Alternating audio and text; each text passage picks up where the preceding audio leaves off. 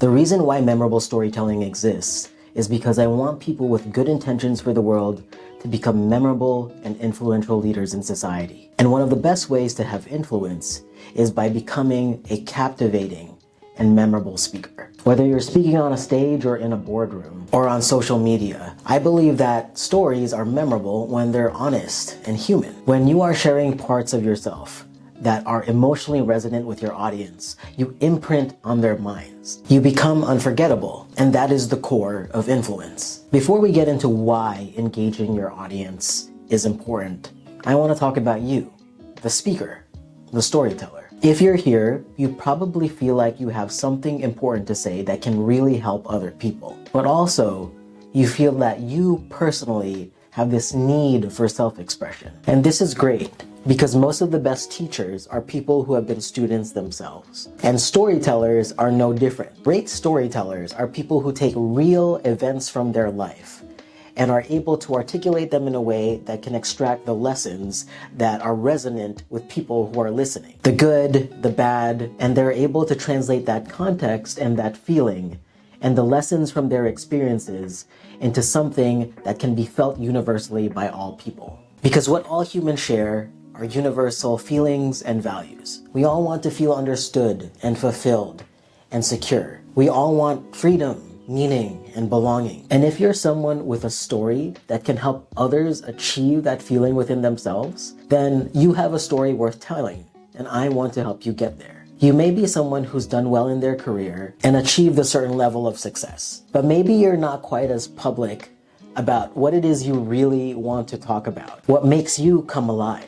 And that is perfectly normal, because the world as it is today tells us that there's safety and credibility in having a structured, robotic, consistent narrative about who you are. You're expected to tell us who you are in a one-page resume, quantify your value in metrics. Why should we care? Why do you matter? Tell us in 3 bullets. It's no wonder it feels uncomfortable to talk about ourselves in a narrative way, using our true voice and speaking from the I. But the more that we try to fit our stories into some sort of box or template or framework, the further we get from our true selves. We start to erase the lines from our own story. When the fact is that in life, the point is to keep enforcing the positive self-narrative of who you know yourself to be and showing the world through getting on that stage, speaking on that panel, recording that video and posting it. You don't want to keep putting your life off, telling yourself, oh, I'll start sharing my story once I settle this important project at work. Or I'll have more time to really write down and start to speak about the things I want to speak about after I retire. Or I don't want my family or friends to think I'm weird, so I'm just not going to say anything at all. I'm not going to share the things that I actually like to think about and talk about when I'm on my own. But all of those excuses boil down to one thought. It's, if I put on a strong enough social performance, everyone will like me. But at what cost? And for how much longer? Because I've got news for you. The social performance only ends when we decide to step out of it. And the cost of continuing to pretend is you. After coaching senior business leaders, creatives, and entrepreneurs on storytelling, public speaking, and communications, I can't tell you how many times I've heard them say that they wish they could be more of themselves at work. They wish that they could say what they want to say and express themselves instead of having to put on a mask for 40 to 60 hours a week. And it pains me to see them spend decades of their lives getting more and more disconnected from who they are.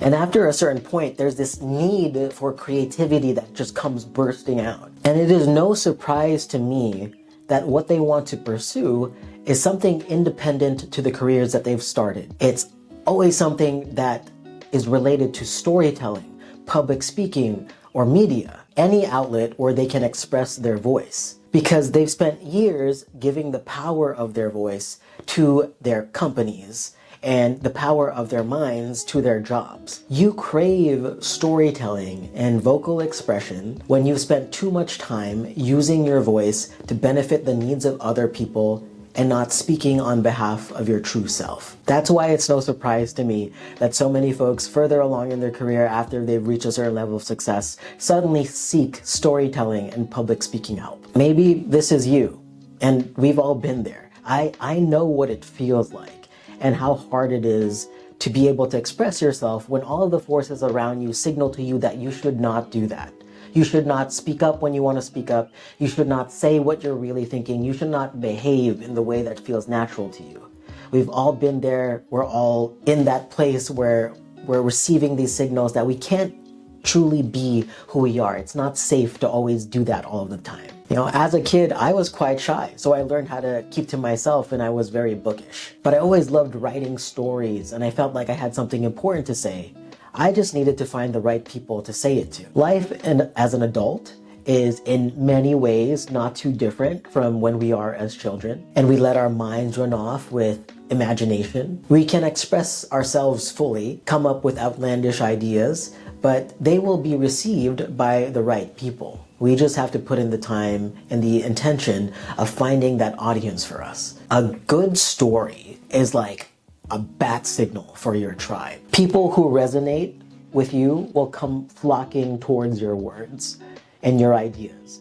But you have to first be willing to put yourself out there and share. You have to believe that your story is worth telling. So my invitation to you is to join me in this community of storytellers I'm trying to build and unearth the story that you've kept buried for too long. Check out the link below where you can check out my website and sign up for a coaching call to see if that's something that would be a good fit. And also check out some of my other videos here on the YouTube channel, and you can like and subscribe. Now is the time to express your voice. Until soon, take care.